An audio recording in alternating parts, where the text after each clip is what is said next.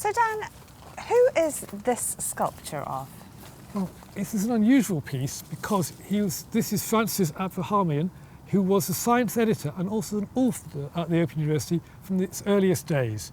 And what perhaps people who come to the Open University don't always realise is that as well as the academic staff here, there's a vast number of people who do all sorts of supporting roles which are actually part of how you come to understand what goes on here. So there's book editors and there's video editors, and there's a whole range of people who support your learning. And this person not only edited this in science, but also contributed to 7 or 8 bits and pieces of writing, including lots of teaching materials and about a book which went to, I think, 12 editions on discovering scientific data.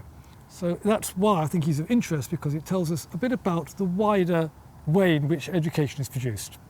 And we are by the Venables building, so who was Venables?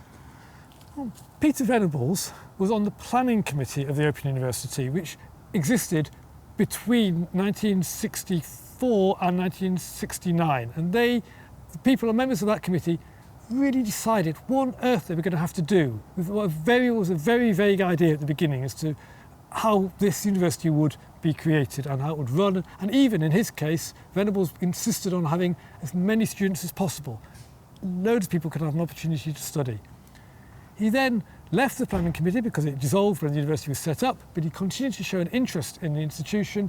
And during the 1970s, he paid close attention to part of the charter which the university got in 1969, which talked about educating the wider community. And he helped the university to start running modules, not just for people studying degrees, but people who want to do one-off, specialised bits of useful knowledge.